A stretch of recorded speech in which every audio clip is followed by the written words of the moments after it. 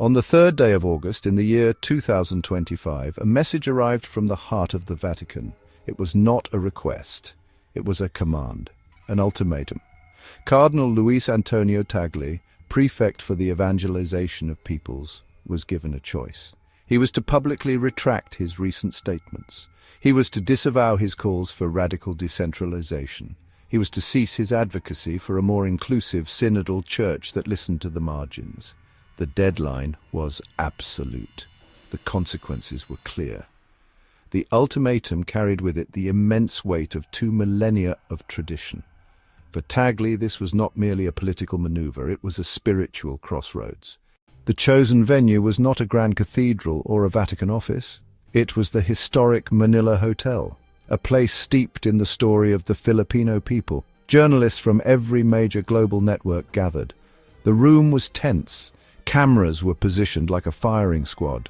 Cardinal Tagle entered the room not with the pomp of a prince of the church, but with the quiet dignity of a parish priest. He wore a simple black cassock. A plain wooden cross hung around his neck. His face, known for its expressive warmth and ready smile, was somber. He looked out at the sea of faces, his gaze sweeping across the room.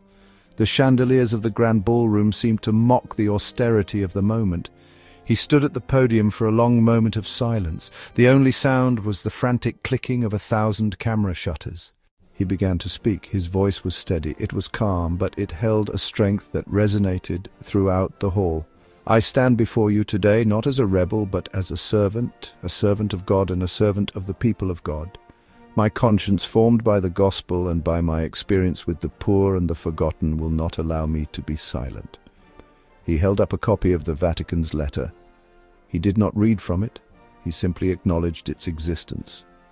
I have been commanded by Rome to retract my words. I have been ordered to abandon the call for a more synodal, a more listening church. Today, before God and before the world, I must refuse this command. He spoke of a church that was not a fortress, but a field hospital. We are called to be shepherds who smell like the sheep, but what happens when the sheep are scattered?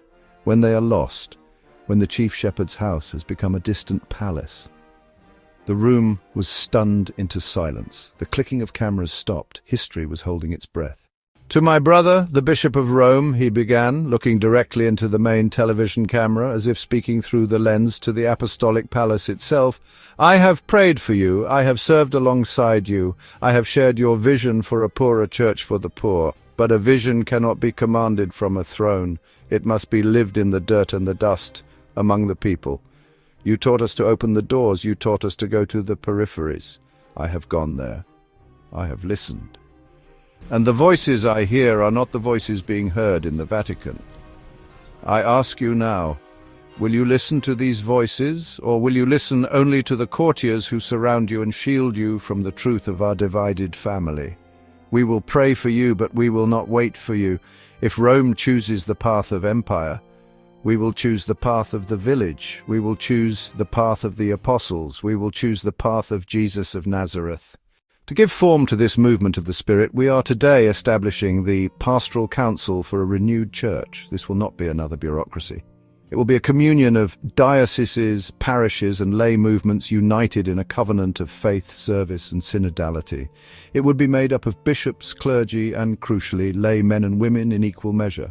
He then began to name the first members. The names came from the Philippines, from across Asia, from several nations in Africa, and surprisingly from dioceses in Brazil, Germany, and even a few from the United States. It became clear that Tagle was not alone. This was a coordinated movement, a global network that had been quietly organizing. We invite all who share this vision to join us. This is not a schism of our making. We are not leaving the church. We are claiming its true heart. We are building it anew, not on the laws of men, but on the law of love. Our doors are open. The choice for Catholics worldwide had suddenly become very real and very immediate. The effect of Cardinal Tagle's declaration was instantaneous. It was like a seismic shockwave that rippled out from Manila across the entire globe. The Archbishop of Manila, followed quickly by the entire Catholic Bishops' Conference of the Philippines, released a statement pledging their full support for Cardinal Tagle.